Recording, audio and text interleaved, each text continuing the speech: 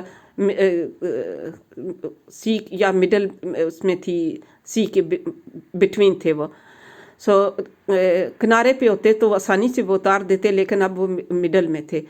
سو انہوں نے کیا کیا کہ قرآن نکالا تو حضرت یونس علیہ السلام کا نام آیا. حضرت یونس علیہ السلام نے کہا کہ نہیں، ریفیوز کیا، پھر قرآن اندازی کرو، پھر قرآن اندازی کی، پھر ان کا نام نکلا. تیسری دفعہ پھر کی، تیسری دفعہ بھی حضرت یونس علیہ السلام کا نام نکلا.